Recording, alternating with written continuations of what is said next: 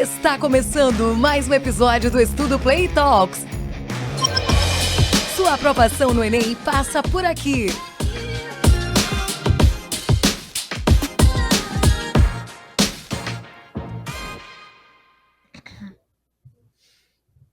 Oi, pessoal, boa tarde, sejam bem-vindos a mais um episódio do Estudo Play Talks. Eu sou Giovana, comigo sempre, como sempre, todas as outras segunda-feiras, professor Olá. Raoni, mas hoje a gente tem um convidado, né, o professor também aqui da Estudo Play, professor Bruno Pontes. Professor, se você quiser se apresentar para quem não assistiu sua aula, talvez.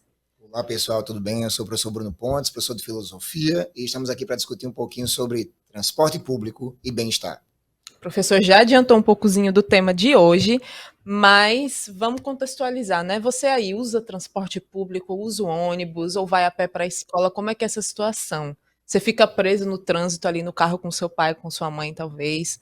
São vários cenários diferentes, né? Mas a última pesquisa sobre mobilidade urbana, se eu não me engano, foi realizada em 2022, apontou que nos grandes centros urbanos brasileiros, a maioria das pessoas passam cerca de 2 horas se locomovendo de um local para o outro, nas suas atividades diárias, né? Trabalho, estudos, e isso acaba sendo muito frustrante, né? Porque você, sei lá, entra na escola de 8 e tem que acordar 2 horas antes para você não chegar atrasado. Então, isso acaba comprometendo um pouco da qualidade de vida da nossa população. Mas aí a gente também entra numa outra questão também dos impactos da pandemia no transporte público, né? Porque com a redução de locomoção das pessoas, muitos ônibus foram reduzidos, porque, aliás, a pesquisa de 2022 também mostrou que uma grande parte do meio de transporte da população é através do ônibus, né? Um coletivo. E aí a gente vai entrar na discussão sobre a precariedade dos ônibus, a dificuldade de acessos, como essa dificuldade ela tem um cunho social, né? Mas aí agora eu não posso apontar só diretamente para a Raoni, né? Porque Bruno Pontes também pode falar, mas se algum de vocês quiser começar a discussão, falar um pouco sobre a locomoção no Brasil como um todo, né? Claro, vamos lá. Bom, gente, primeiro a gente precisa começar contextualizando um pouquinho sobre essas 2 horas de deslocamento. Isso é uma média, tá?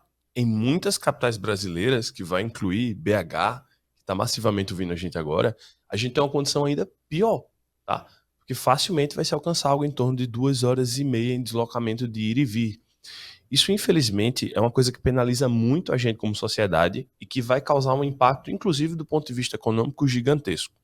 Tem um dado, esse eu consegui memorizar do IPEA, que é muito assustador. Eu memorizei porque ele é muito assustador, Bruno. Ele vai falar pra gente de 111 bilhões que são perdidos porque o trabalhador, quando chega no trabalho, não tem mais a mesma disposição de trabalhar de que alguém que eventualmente caminhou por 15 minutos. Cara, ele já passou 1 hora para se deslocar ao trabalho, vai passar mais 1 hora e pouco para se deslocar no retorno para casa.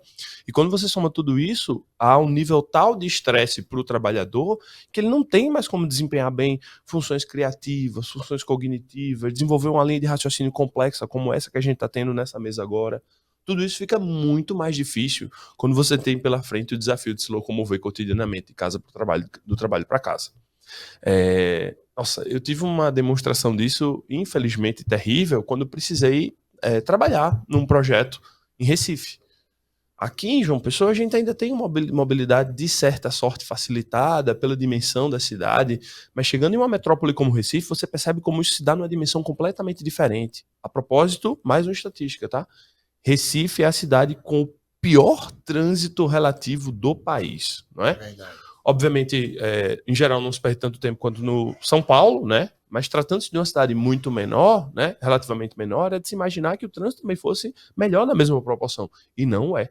Infelizmente, Recife tem indicadores ainda piores, né? Naquela ocasião, eu estava fazendo um projeto, ajudando um colega no mestrado, eu estava também lá terminando a graduação e precisei ir para Recife, encontrar o meu pai e fazer um deslocamento Recife, Abreu e Lima, que é uma cidade da região metropolitana, a uma distância de 12 quilômetros no máximo. Possivelmente eu conseguiria cumprir essa distância correndo. Mas eu decidi e tive a péssima ideia de fazê-lo por transportes públicos. Infelizmente eu fiz de ônibus coletivo. E a experiência foi terrível, porque inclusive as 2 primeiras unidades, a primeira não parou ao comando, porque simplesmente era impossível. Sequer a luz atravessava de uma janela para outra, tão densa estavam as pessoas lá dentro, dava uma verdadeira lata de sardinha. O segundo transporte passou e ainda que a gente conseguisse entrar, tava um negócio assim, desolador, de gente, lotado. De novo, gente, era contrafluxo. Era Recife, Abreu. Se a gente tivesse saindo da cidade periférica, que é Abreu, para a cidade polo, que é Recife, o que é que teria acontecido? Como será que tinha sido esse deslocamento? Né? Então, tudo isso começa para a gente contextualizar um pouco de todos os problemas que estão relacionados a essa mobilidade. E aí, Bruno, o que é que tu dizes? Concordas comigo, na minha visão? Concordo plenamente, e não apenas essas grandes cidades, essas metrópoles que nós temos aqui no Nordeste, em Recife, BH, São Paulo, que realmente é caótico. Então eu leciono, né? Eu quero mandar um abraço para o pessoal lá da Faculdade Trilógica em São Paulo, que fica ali na Avenida Rebouças, e às vezes quando eu vou para dar aula presencial, se eu tiver que fazer utilização do serviço público, eu tenho que sair, inclusive, depois do horário, porque senão eu não chego. Então, entre os deslocamentos para acontecer, tipo assim, se eu saio de 6h30, eu consigo chegar lá de 8h30, se não, é melhor sair de 8h30 para chegar lá de 9h, que é mais rápido chegar no contrafluxo, dependendo do horário, e ainda para facilitar o processo do transporte público, quem mora em São Paulo sabe o que eu estou dizendo, tem um rodízio, né, das placas veiculares, então às vezes não pode fazer nem uso do veículo privado, particular, que também é outra questão caótica, mas quando a gente vai falar sobre serviço público, principalmente dentro da área de filosofia e de sociologia, né, dentro das grandes ciências humanas, que entra geografia e história também, a gente tem que levar em consideração o propósito do transporte público. E o transporte público, ele gera vários outros tipos de danos quando não são muito bem gerenciados. Por exemplo, a gente está falando sobre bem-estar, sobre saúde, mas as implicações da má gestão de um transporte público, ele entra na saúde, né? Então tem um profissional de enfermagem que tem que fazer ali um procedimento, um odontólogo ali que precisa levar um equipamento ou apresentando seus assistentes como médicos, auxiliares de enfermagem também, procedimentos dentísticos. A gente entra na área de educação, então quem nunca conheceu um professor que chegou atrasado na aula porque o ônibus estava lotado, o trem não chegou, o metrô ficou insuficiente, perdeu o horário, e entre outras situações. A gente entra na área de segurança também, quando a gente vai levar em consideração que os deslocamentos no serviço público, quando são muito bem quistos, a sua rota, a infraestrutura desenvolvendo, também gera um grande medo. Tem muita gente que não usa o transporte público por medo mesmo, medo de ser, vamos dizer assim, não apenas o assalto, o furto, mas também de pessoas serem abusadas, né? De pessoas serem atacadas ali. Então a violência, ela gera outros tipos de traumas que algumas pessoas até repudiam o uso do serviço público, que muitas vezes, pela baixa qualidade desse transporte, não oferece segurança e nem garantia de que eu vou chegar ao meu trabalho, à minha casa, ao meu esporte, ao meu lazer, e isso acaba trazendo doenças psicossomáticas. E dados, né, da OMS orientam que quase 10% da população brasileira ela sofre de ansiedade e que boa parte dessa parcela da ansiedade se diz respeito aos deslocamentos. Vou chegar atrasado, não vou chegar, não vou conseguir, e isso se tornou um hábito doentio na vida do brasileiro. Né? A gente nunca pode contar com o horário de transportes, porque o transporte público interfere diretamente na nossa saúde mental. A gente tem isso registrado aqui, veio da OMS, são 9,3% da população brasileira. Somos o país, olha aí, Brasil campeão. Campeão em quem? Doença. Né? 10% da população ansiosa, e uma das partes é o transporte público. Acho que uma das coisas que vai contribuir para isso é justamente o tempo. A gente falava agora há pouco sobre o tempo que a gente perde dentro desses ônibus, e alguém pode perguntar assim, poxa, mas isso é suficiente para desencadear uma doença? Gente, pensa direitinho, se tu passar 2 horas no ônibus para ir e voltar ao trabalho cotidianamente, em 10 anos tu vai ter passado quase 2 anos dentro do ônibus. Então é uma maluquice, né? É tempo demais. Você vai ter passado mais de 400 dias dentro do ônibus. Então isso, obviamente, é um processo adoecedor em vários aspectos. Né? E esse medo, Bruno, você falava, também parece ser muito uma das causas da gente ter um fetiche, inclusive, muito forte em relação ao carro, né? Ao modal de transporte individual. Porque, veja, o indivíduo que não se sente seguro num transporte coletivo, muitas vezes ele apela para o transporte individual como sendo uma solução para fugir dessa violência, o que talvez até nem seja, né? Mas enfim, essa é outra discussão. Mas com certeza a gente tem uma parcela significativa dos proprietários de veículos automotores, e a gente tem também uma disposição a pagar muito maior, né, para esses veículos no Brasil, em função do medo, inclusive, que se cria do transporte coletivo. Você chega em muitos países desenvolvidos do mundo, não há questionamento quanto ao fato de que, para a população, especialmente aquela mais humilde, o transporte público é uma solução, é uma via de fato. porque você tem certeza, primeiro, sobre a precisão em geral, né, na qualidade desse serviço no que tange ao tempo, a administração de tempo, a chegar na hora, né? Mas você também tem a sensação de que esses ambientes públicos como um todo são mais seguros. Até porque a gente precisa lembrar, né? A gente está falando bastante do ônibus, já que o tema hoje é transporte coletivo, mas mobilidade inclui também aquela que está pautada na calçada. E você que está aí do outro lado hoje se sente seguro em se deslocar na calçada, transitar até uma parada de ônibus? Então tudo isso vai empurrando a gente para o veículo individual. Não é isso? Eu até faço um gancho, já vou aproveitar. Quando a gente fala realmente em mobilidade urbana, a gente fala sobre transporte público, a calçada, ele envolve um aspecto fundamental que é a acessibilidade. Então, o transporte público da acessibilidade, ela gera um desconforto muitas vezes, porque o ente público, seja ele o município, o estado ou o governo federal, às vezes esquece que na nossa grande região chamada Brasil, essa terra Brasilis, né, como dizem os latinos e os indígenas, essa terra Brasilis aqui, ela é muito acidentada em diversos lugares. Então, temos pouquíssimas cidades que foram planejadas, né? Eu não quero falar de Brasília ali, de Palmas no Tocantins, entre outras, mas em comparação aos mais de 5 mil municípios do nosso território brasileiro, a acessibilidade é um custo que a mobilidade urbana deve levar em consideração, né? Não apenas a questão ciclística, mas a questão mesmo de caminhadas, de terem lugares para que os pedestres tenham essa segurança para que ocorram as mobilidades. Em algumas regiões do Brasil, de fato, é melhor andar a pé, né? Pelo clima, pela possibilidade de deslocamento, do que pelo próprio trânsito. E envolve também a questão do custo. Então, a gente sabe que, levando essa disparidade das rendas sociais, dessas desigualdades, o transporte público também vem com a missão de diminuir um pouco, né, do custo de quem não pode ter um transporte privado. Então, não seja ele qual for. Então, às vezes, a passagem é muito cara. Você que está aí em BH, sabe que quando tem que pegar o transporte público, que é caro, né, para um aluno que não tem renda e para alguém que é de baixa renda, fazer uso diário disso também acaba sendo muito caro. Então, o nosso transporte público tem um custo muito alto. E o último item, né, para arrematar esse daqui, diz respeito à questão da qualidade do serviço. Então, nem sempre temos profissionais preparados e capacitados para orientar, para dar boas sugestões e que tenham conhecimento da ciência do trânsito, né? O trânsito é uma ciência, ela precisa ser estudada por engenheiros e isso tem que ter planejamento.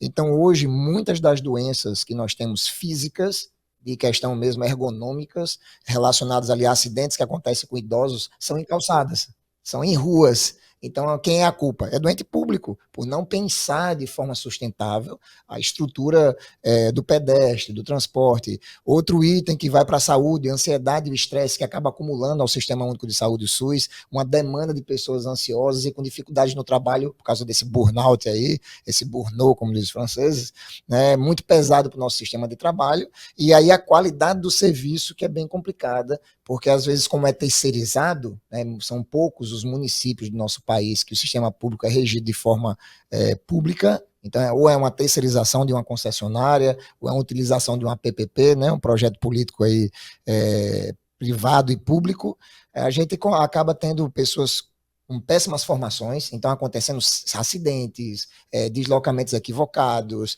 discussões que acabam gerando mais tipos de violência, inclusive psicológica, verbal. Então a gente tem que ficar atento a essa tríade do mal, né? Que é essa desorganização da falta de acessibilidade, que isso é um ponto importante, até quem vai fazer redação, pensar nisso um pouquinho, a ideia do custo e da qualidade do serviço. 2 pontos na sua fala me chamaram bastante atenção. O primeiro é sobre as calçadas, né? Que há uma inversão completa da lógica, inclusive daquilo que está proposto pelo Estatuto das Cidades, né? Que diz que a gente deve priorizar principalmente o transporte não motorizado, que vai incluir de novo o transporte do pedestre através de calçadas. Essas deveriam estar nas pautas, deveriam ser prioridades absolutas. Eu consigo pensar em N espaços, por exemplo, na minha cidade, onde sequer existem calçadas. Há deslocamentos em minha cidade que não são possíveis a pé, em que eu teria que disputar espaço com o carro. Isso é absurdo, isso é muito problemático, né? E ainda sobre as concessões, aqui de novo a gente tem outra questão, tá? Dentro do município, o próprio município tem o direito de zelar pelo transporte público e, no entanto, a absoluta maioria dos municípios, né, aqui no Brasil, como o Bruno falou muito bem, eles terceirizam para empresas privadas, através de parcerias público-privadas, a gestão desse transporte. O problema é, muitas dessas empresas objetivando, é claro, o lucro, acabam diminuindo, na verdade, a frota de ônibus, diminuindo a qualidade desse ônibus. Algumas dessas empresas, como a Giovana falou no início da explanação, o fizeram alegando que era uma demanda diferente durante o contexto da pandemia, e realmente, até acredito que durante a pandemia, obviamente, em função do fechamento de muitas empresas e etc., a gente deve ter uma redução, teve com certeza uma Sim. redução significativa da demanda por esse serviço, mas vê-se que hoje muito disso já se restabeleceu, né? A gente tem vários indicadores sociais, socioeconômicos que estão apontando para uma recuperação significativa da economia e que fazem com que a gente precise novamente enfiar o pé no acelerador no sentido de oferecer sistemas de transporte, que são formas de oportunidade, né, gente? Quando o Bruno falava agora há pouco sobre como esse transporte é caro, a gente precisa pensar no primeiro impacto desse preço, que às vezes está fora das nossas bolhas, né? Se você está me assistindo aí do outro lado, no aparelho eletrônico, através do YouTube ou da plataforma, eventualmente você não pertence a essa bolha. Mas lembre-se, boa parte da população brasileira vive com uma renda tal que é incompatível praticamente com esses deslocamentos cotidianos, né? Quando você extrai dessa renda que está ali muito próxima de um salário mínimo, para algumas pessoas, infelizmente, abaixo disso, quando você extrai disso os custos de transporte, você está extraindo completamente a possibilidade da pessoa conseguir ter uma qualidade de vida um pouco melhor, conseguir se alimentar um pouco melhor. E tudo isso para quê? Para amplificar o lucro de determinadas empresas que gozam de um monopólio, né? Isso é meio problemático, tá? A gente pode, é claro, e deve fazer parcerias público-privadas, mas essas parcerias precisam ser investigadas pelo poder público para identificar situações onde hajam abusos, onde o preço esteja acima daquilo que está estabelecido diante de um custo de manutenção de frota, onde a gente não tenha frotas suficientes, onde as rotas não sejam suficientes, até para estimular, para que a gente possa um dia olhar para essa mobilidade e para o transporte coletivo no Brasil e conseguir imaginá-lo da mesma forma que alguém imagina na Espanha, ou talvez em Portugal, ou em Londres, onde é tangível a possibilidade de se utilizar o transporte público, onde você consegue pensar isso não por não ter outra alternativa, mas sim porque você imagina que ele é melhor. E porque, em várias métricas, ele é melhor.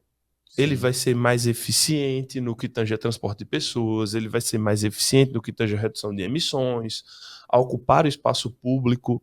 Tem uma conta aqui, gente, que muitas vezes não se faz na mobilidade, mas há espaço nas grandes cidades e no centro das grandes cidades para acomodar a frota de carros que estabelecem relação de centro e periferia nelas? Gente, o mais básico, estacionamento. Não há, né? Então você vai criando dificuldades tais para o transporte individual, especialmente o transporte individual motorizado, que a coisa acaba sendo insustentável. Quando a gente olha para números de imigração pendular em grandes cidades, como São Paulo, Nova York, é impossível. Se você imaginar um terço daquelas pessoas, ou até menos do que isso, de carro, você não vai conseguir acomodá-las no centro dessas grandes Pode cidades. explicar o que é o quê? Pendular? Claro. Você só mencionou assim e esqueceu que talvez... Talvez você aí do outro lado não saiba o que é movimento pendular. Então fica ligado, porque isso é um tema muito importante de geografia. Movimento pendular é o trânsito das pessoas da periferia para o centro, de cidades na periferia para cidades centrais. Ou você pode chamar também de cidades polo, as cidades centrais, e cidades satélites, as cidades da periferia. A gente já falou dele aqui no começo, quando eu falava, por exemplo, sobre Abreu e Lima e Recife. Abreu é uma cidade satélite e Recife é uma cidade polo. Elas estabelecem essa relação. E aí você tem a migração pendular, que é o quê? Essa migração cotidiana de Abreu para Recife, durante o dia, para trabalhar, e fazendo o sentido contrário para voltar para casa. Lembra que possivelmente morar nas cidades maiores, nas capitais, como Recife, São Paulo, Belo Horizonte, é caro demais para boa parte da população, para a massa de trabalhadores brasileiros. Então o que resta para eles é morar na periferia e oferecer sua força de trabalho no centro, de forma que as cidades periféricas se transformam em cidades dormitório praticamente, onde as pessoas vão para dormir. E aí, assim como um pêndulo que faz seu movimento repetitivo, essas pessoas fazem também o movimento pendular. É interessante você mencionar essa migração da periferia para os grandes centros urbanos, porque quando a gente pensa em transporte público, eu sei que o foco aqui foi trabalho e estudo, mas o lazer ele também entra muito nessa questão. Porque se você não tem uma grande parte da população nas partes periféricas, a concentração cultural e de experiência, seja de restaurante ou de eventos, ela vai ser na parte central da cidade. E aí ela acontece, em teoria, fora dos horários de pico. Mas aí como é que você vai fazer com que a pessoa fora desse centro ela acesse essas mesmas experiências se fora do horário de pico, por exemplo, o ônibus é reduzido ou é até mais perigoso? Porque é justamente o que a gente falou.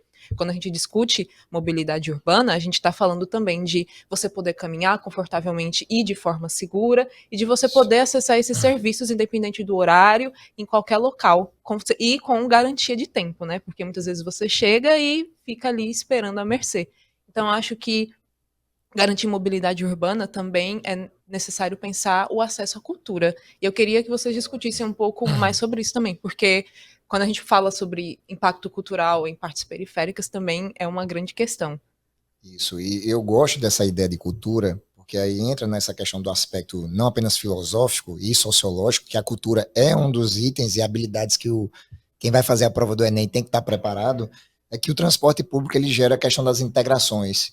E a integração, ela acontece de mobilidade urbana para mobilidade urbana. Então, são centros, por exemplo, terminais rodoviários ou intermunicipais, interestaduais, que conectam você com a rede de metrôs. Essa rede de metrôs leva você para um bicicletário ou um pier, onde você faz um transporte ali por balsa e assim por diante. E essas conexões, elas têm que ter uma finalidade que a infraestrutura da cidade permita também a sua formação cultural, seja para grandes eventos, praças, né? Nós vamos ter aí parques abertos, né? Onde você pode ali fazer piquenique, levar a família, assistir um show, né? Participar de eventos culturais, artísticos, e quando a infraestrutura da mobilidade urbana não é pensada de forma integral e integrativa, que integre mesmo, não apenas os tipos de transporte, mas integre a comunidade, a população, para que tenha acesso à cultura e à qualidade. Lembrando que quando a gente está falando sobre saúde, a gente tem que entender que saúde mental é um privilégio de poucos, porque o próprio sistema, às vezes, nos transforma em máquinas. E aí eu tenho que ver, porque, por exemplo, eu vou fazer um trocadilho importante, mas as grandes doenças psicossomáticas hoje são 3. Eu tenho ansiedade, pânico e depressão. Então, a pessoa que está presa no passado é uma pessoa depressiva. Então, é uma questão de tempo. São coisas que o tempo não pode mais me dar, eu não consigo me deslocar com eficiência. Pessoas com síndrome do pânico é um medo momentâneo, é no agora, é presente. Então, como é que eu resolvi isto agora? E pessoas com ansiedade são pessoas que estão presas no futuro, que ainda não aconteceu, pensando no futuro, e aí não sabe se vai conseguir resolver. Então, as grandes doenças psicossomáticas que hoje desenvolve o Brasil e a nossa juventude, elas são de teoria praticamente temporal. E o desenvolvimento do nosso tempo acelera essa doença. Então, assim, o tratamento nas condições, por exemplo, de um CAPS, ou de uma UPA, um PSF, né, dentro do Sistema Único de Saúde, para que também a gente tenha acesso a esse tipo de cura e de pertencimento. Por exemplo, quero fazer uma atividade física numa praça. Essa praça é segura? Eu tenho transporte para chegar lá? Não, não vou. Então vou ficar sedentário e deixo de fazer um esporte que é vida, que exercita e melhora a minha qualidade mental. Queria fazer uma terapia com um psicólogo, um psiquiatra, um psicanalista. Eu quero me levar para um centro terapêutico. Eu consigo? Não, porque meu ônibus não vai até lá, a rua não é calçada, é perigoso à noite, não tem iluminação no transporte público. Então como é que eu faço isso?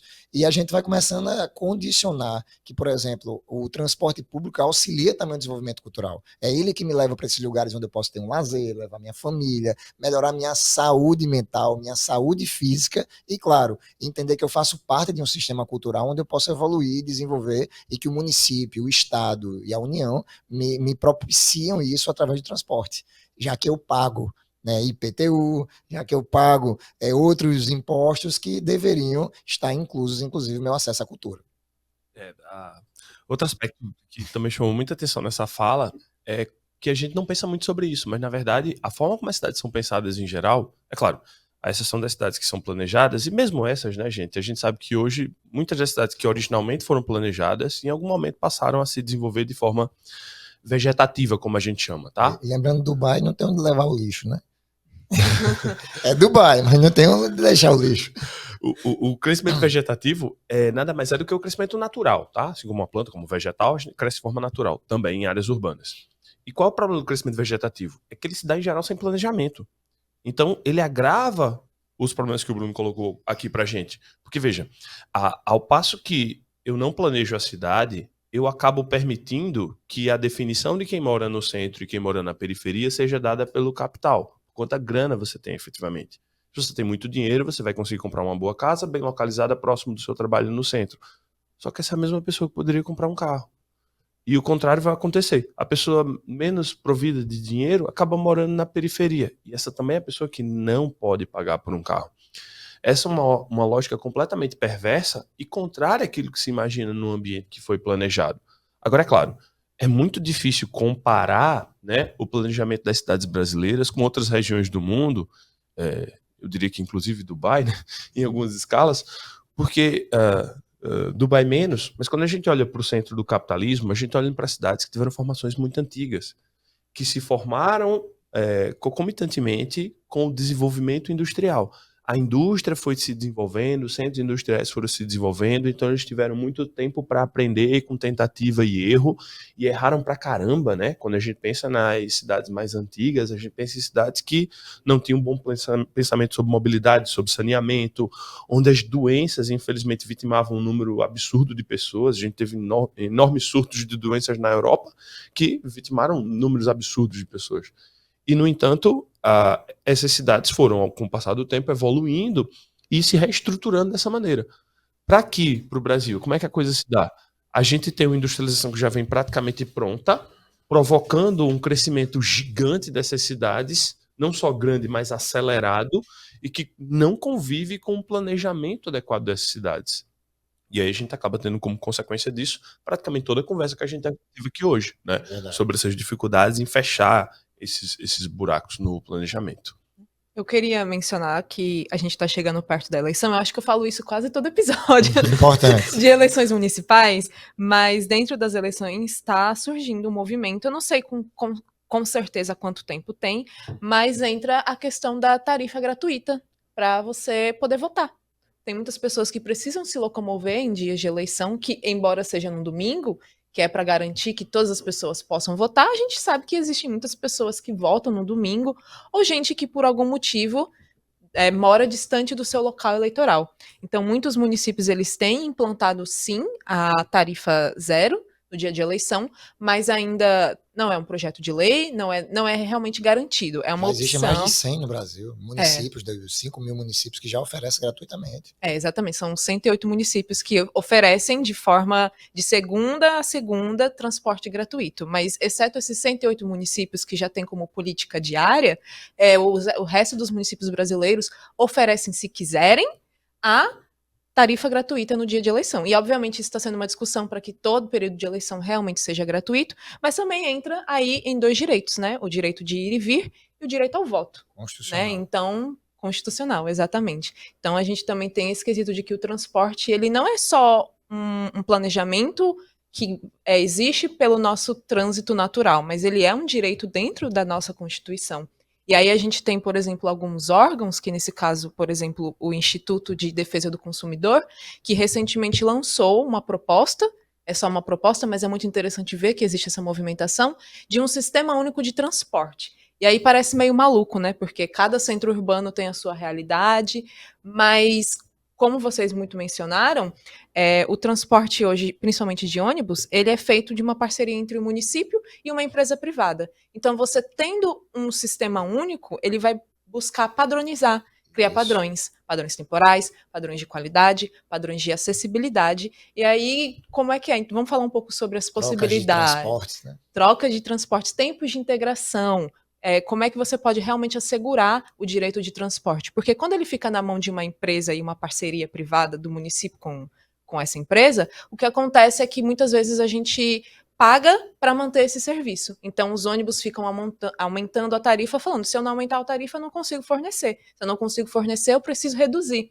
Então, a gente buscando garantir uma integração desse serviço a nível nacional, não provavelmente vai ser muito difícil que seja uma solução, mas eu acredito que vai criar um padrão mínimo a ser atendido, né, para a gente conseguir ter uma qualidade mínima, porque bem como você mencionou, estamos em Setembro Amarelo ainda, saúde mental, ela está muito associada sim a transporte público. Eu queria dizer que a gente está com 5 minutos, então se vocês puderem ser breve na fala de vocês. Então vamos embora, né? Eu queria deixar aqui para agradecer, né, de forma clara, mas existem duas culturas que a gente agregou do transporte. E eu gostaria muito que a gente, enquanto brasileiro, essa coisa mais cultural mesmo do Brasil, que a gente adotasse mais a cultura grega do que a romana. Nosso transporte é romano, porque a cidade de Roma, que é a grande urbe, né, ela foi construída para ser o centro das atenções. E eles faziam uma referência entre transporte, quando eles se deslocavam nas suas caravanas, né, ou nos seus aquartelamentos, ele chamava urbe et orbi, ou seja, o que não está na urbe orbita por fora e não nos interessa. A estrada da urbe tem que ser boa e calçada, o resto é estrada de barro. Isso é uma cultura muito romana, de que tudo aquilo que é periférico, né, ele é subalterno. Eu coloco para depois. Diferente dos gregos que acreditavam que todo lugar grego, não sendo apenas Atenas, mas toda cidade grega fazia parte do mesmo cosmos, né? Tinha a mesma visão cosmológica, faz parte do mesmo mundo. Então, o que tem em Atenas tem que ter em Esparta, tem que ter em todas as outras cidades e estados que tinham essa visão. E a gente perdeu, né, essa ideia cosmopolita que os gregos tinham, porque somos romanos. A urbe está aqui, a orbis, né, que se vire no 30. Então, assim, que a gente resgate um pouco disso. De fato, é um tema importantíssimo para a vida da gente, e esse cuidado que a gente tem que ter de relacionar de como o transporte público influencia na saúde do trabalhador, do cidadão, do estudante, de todas as esferas da sociedade, porque o rico também paga o preço de um transporte público não eficiente, e não esquecer dessa construção de que o transporte público ele também é uma política pública e a gente precisa lutar por ela, né? Se tem mais de 4.800 municípios que não têm tarifa zero ainda, vamos correr atrás, né? Que é uma luta nossa por direitos. Perfeito. Acho que só existe democracia quando a gente consegue tipar vários boxes que tem aí pra gente tipar, que vão incluir transporte. Como é que a gente pode pensar numa democracia onde as pessoas não conseguem efetivamente se deslocar para o local de votação, né? Isso não é efetiva democracia, isso é uma democracia parcial. Nossa, mas eu fiquei muito maravilhado com a sua explicação, achei muito legal. É justamente essa ideia, né, sobre como a gente consegue distribuir isso de forma democrática para quem está no centro, para quem está na periferia. Bom, espero que a gente tenha mais oportunidade de falar sobre isso. Tranquilo? Você foi muito breve na sua fala, Raoni, mas tudo bem. A gente está caminhando para o final, mas eu vi aqui uns comentários perguntando sobre o acesso à nossa plataforma Estudo Play. Sim, a plataforma ela é exclusiva no momento para estudantes do terceiro ano do ensino médio e do segundo e terceiro período EJA da Rede Estadual de Minas Gerais, ok? Você só consegue acessar a plataforma se você for estudante dessa plataforma. Bruno tá falando coisas aqui, não posso garantir nada, gente. Não posso garantir. Mas, tirando esse acesso, você pode estar assistindo sempre ao vivo as nossas aulas, tá? Pelo YouTube. Se você for de Minas, ele também tá ao vivo na televisão. E ficar acompanhando a gente também no Instagram. Tem muito conteúdo legal lá, tem muita dica lá, tem muito material lá. Então, você não tá perdendo. Você perde um pouquinho das aulas personalizadas, mas a gente entrega conteúdo de qualidade independentemente. Então, acompanha aí nossa rede em vários locais. O nosso podcast está disponível no Spotify, no Deezer, no YouTube também ele fica cortado, um corte separado. E você também agora vai ficar com algumas dicas dos nossos professores, né? A gente separa esse final de segunda-feira ainda para mais dicas de professores. Mas eu acho que por enquanto é isso. Semana que vem voltamos. E é isso. Tchau, tchau. Tchau, valeu. Forte abraço. Olha o óbvio, meus filhinhos, aqui quem fala com vocês é o professor Gustavo Pinheiro, o seu professor de Química aqui do Estudo Play, para falar de uma dica importantíssima da área da Fisicoquímica, top 1 dos assuntos do Enem, mas em especial quero falar com vocês sobre a cinética química. Meus nobres, nós sabemos que a cinética química ela é um ramo da fisicoquímica que estuda a velocidade nas reações e também os fatores que podem alterar esta velocidade, tá legal? Então isso é o papel da cinética, estudar a velocidade, entender como é que é uma velocidade de uma reação e, claro, tomar medidas são importantes demais. Por quê? Você pode aumentar a velocidade, você pode diminuir essa velocidade. Então entender esse papel de fatores que podem contribuir para o aumento e a diminuição de uma velocidade de uma reação é extremamente fundamental. Então, em especial agora, eu quero falar dos fatores que alteram a velocidade da reação. São 4 fatores que eu vou destacar para vocês, tá bom? Vou falar da superfície de contato, temperatura, pressão e concentração. Vamos começar com a temperatura. A temperatura é um fator que, se você aumentar ela, a velocidade da reação também vai aumentar. Então, a temperatura aumentada, a agitação das moléculas, e isso faz que a reação ocorra muito mais rápido, tá? Vou dar um exemplo. Por que nós guardamos um alimento na geladeira? Para retardar a velocidade de degradação deste alimento. Se eu boto numa temperatura mais baixa, a temperatura cai, a velocidade também vai cair, tranquilo? Então por isso que a gente guarda um alimento numa geladeira.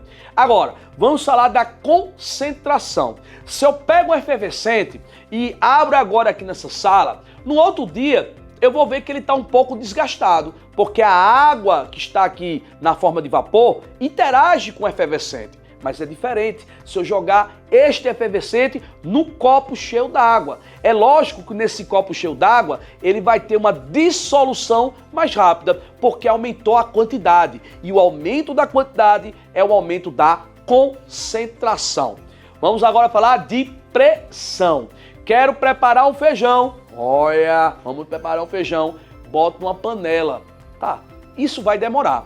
Mas se eu colocar dentro de uma panela de pressão, é lógico que a pressão interna vai aumentar, fazendo que o alimento seja cozinhado de forma mais rápida, e isso, se o alimento cozinha mais rapidamente, é lógico que o tempo de preparo daquele alimento vai passar muito mais rápido, o que é importante, porque eu vou ter economia. Então, preparar o feijão numa panela normal, eu até posso. Mas dentro de uma panela de pressão, muito melhor, porque nessa condição há um aumento de pressão e há um aumento da velocidade de preparo. Aumentando a velocidade de preparo, diminui o tempo, diminui o gás que eu vou utilizar. E por último, nós temos a superfície de contato. Quero preparar batatas para fazer um purê, olha que maravilha, tá? Aí eu vou botar essa batata, uma inteira e outra em pedaços. Quem é que vai cozinhar mais rápido? Em pedaços. Porque você aumentou mais área de contato da batata com a água fervendo. Então, quanto mais área de contato eu tiver, maior vai ser a velocidade da reação. Mesma coisa, quero dissolver o efervescente. Dissolvo ele mais rápido em qual condição? Quando ele está inteiro ou em pedaço? Como ele está em pedaço, porque aumenta a superfície de contato. Ah, professor, olha o óbvio! Por isso que uma salada de frutas tem um tempo de validade curto, claro, porque como são vários pedaços de frutas, você tem várias áreas de contato e isso faz a velocidade de degradação ser mais rápida, que não é legal. E aí o tempo de validade é menor. Por último, anote aí, catalisador e inibidor. Catalisador é uma substância que eu coloco que vai aumentar a velocidade, enquanto o inibidor é uma substância que eu coloco que não vai aumentar a velocidade, vai diminuir. Exemplo, um conservante alimentício. Ele diminui a velocidade de degradação do alimento. Anotou tudo aí, meu garotinho? Anotou os óbvios? Olha o óbvio do professor Gustavo Pinheiro aqui do Estudo Play e até a próxima. Fui! Uma dica muito importante que, se eu fosse estudante, eu gostaria muito de receber para fazer a prova do Enem é a seguinte. Professor, essa coisa da prova de ciências humanas, principalmente da parte de filosofia e sociologia, especificamente em sociologia, o que eu deveria fazer? Eu vou buscar todos os pensadores? Não, não faça isso. A primeira coisa que você vai ter que entender é que, em vez de cobrar muitos pensadores, a sua prova do Enem vai cobrar muito contexto e principalmente temas. A sua prova vai vir com temas bem clássicos. Todo ano alguns temas aparecem nessa prova e vocês insistem em errar porque não tem domínio da temática. Ou seja, se você vai fazer uma prova que é de texto, que você vai ter que ler bastante, você vai ter que pensar e refletir, o mais prático é que você domine certas temáticas. Vou te dar um exemplo. Em vez de ficar decorando na sua casa o que é que Durkheim falava, o que Augusto Comte falava, isso não vai funcionar tão bem. Vai te ajudar em algumas questões, mas obviamente não vai salvar toda a tua prova. Sabe o que você vai fazer? Você vai pegar alguns eixos temáticos que eu vou te falar agora, e é segredo, é só para nós dois aqui, para você poder anotar, estudar depois de ver esse vídeo e começar a ter domínio sobre eles. Vamos lá, prepara aí teu papel e caneta para poder anotar essa nossa lista de conteúdos. Primeiro, você vai estudar o eixo de violência. A prova do Enem sempre vai cobrar 2 ou 3 questões de humanas sobre a temática da violência. E aí, presta atenção. Violência não é só a violência que você está pensando, da sua mãe que batia em você de vez em quando você merecia. A violência aqui nesse caso é a violência de gênero, é a violência de classe, é a violência racial, é a violência de empregos, é a violência, inclusive, ambiental, novidade que vem aparecendo em vários vestibulares. As questões climáticas trazendo novas formas de violência geográfica, inclusive. Bom, violência é um tema mais amplo, é um guarda-chuva de assuntos, mas que é importante que você domine se quiser passar na prova. Segundo eixo é o eixo de tecnologia. Se você pega o primeiro eixo e estuda, obviamente você entende que, tá, o professor disse que eu já vou ter ali umas 2, 3 questões. Tecnologia vai aparecer quanto? Pelo menos umas 4 questões na sua prova inteira. Então vai aparecer tecnologia em sociologia, vai aparecer tecnologia em história, vai aparecer tecnologia em geografia, filosofia e sociologia nem se fala. Então, tecnologia em vários sentidos. Fordismo, toyotismo, taylorismo, revoluções industriais, relações de inteligência artificial, relações de redes sociais, relações de mundos líquidos com a internet. Então, várias temáticas vão ser abordadas na sua prova pegando o eixo de tecnologia, que é um eixo que você tem que dar muita atenção para ele. Outro eixo, eu diria para vocês que esse eixo é ainda mais legal, porque, vê, esse debate que eu vou te propor vai aparecer em pelo menos, chutando por baixo, umas 5 questões na sua prova. Todo ano, geralmente, varia entre 3 a 5 questões, que é o eixo de questões raciais. Professor, especifica melhor pra gente? Vê, quando se fala de raças, existe uma questão cultural, uma questão étnica, mas existe também um processo sociológico. E vocês têm que interpretar esse processo com muita calma. Então, as formações raciais, os preconceitos raciais, as questões raciais como determinantes na economia, na política, na educação, questões sobre leis de cotas, por exemplo, que esse ano faz aniversário de aplicação, você vai ter que tomar cuidado, podem aparecer, e são questões que envolvem, por exemplo, violência social e envolvem racismo. Então, pega 2 propostas temáticas numa questão só. Outra forma de estudo para você pegar são as questões ambientais. A prova do Enem, ela gosta muito de uma pegada de direitos humanos, faz parte do edital da prova, está escrito no edital da sua prova. Então, questões sobre poluição, mudanças sociais, mudanças climáticas, acordos sociais e climáticos, políticos também, sobre como o mundo deveria se comportar sobre as emissões de gases, vão aparecer na sua prova. Não só em geografia, mas em sociologia também. Então, pega esses eixos, anota tudinho, que com certeza você vai fazer uma excelente prova. Tu já ganhou aqui um monte de questão de uma vez só. Obviamente, você vai passar, vai mandar mensagem pra gente dizendo: agradeço demais, peguei as dicas e passei, mas isso foi fruto do seu estudo. A gente se encontra no próximo vídeo. Existe uma série de conteúdos na geografia que estão lá na introdução e que talvez sejam um pouco negligenciados. Eu estou falando principalmente das categorias de análise: território, espaço, lugar, região. E aí você pode até me dizer: professor, mas esse conteúdo nem cai muito. É verdade, diretamente esse conteúdo não cai muito. Mas a gente tem visto nas últimas provas como as categorias de análise estão aparecendo cada vez mais relacionadas a temas complexos, como por exemplo, agrária, conflitos, urbana, que tem sim uma incidência enorme. Então, por favor, não negligencie esses temas. Quando tiver no teu momento de estudo de geografia, dá uma olhada com cuidado nas categorias de análise. Você precisa entender pelo menos do que se trata cada uma delas. Por exemplo, dá para chegar numa prova de geografia sem saber o que é um território? Essa é uma das minhas categorias de análise preferida. O território nada mais é do que uma porção do espaço que tem 2 coisas fundamentalmente. Primeiro, ela tem limites e segundo, ela tem uma relação de poder que pode ser estabelecida na figura de um dono, de um rei, de um presidente, de um líder, mas alguém que exerce poder sobre aquele território. Recentemente, por exemplo, a gente viu questões falando sobre território no âmbito da geografia agrária, discutindo como há uma relação de poder do agronegócio sobre os territórios brasileiros.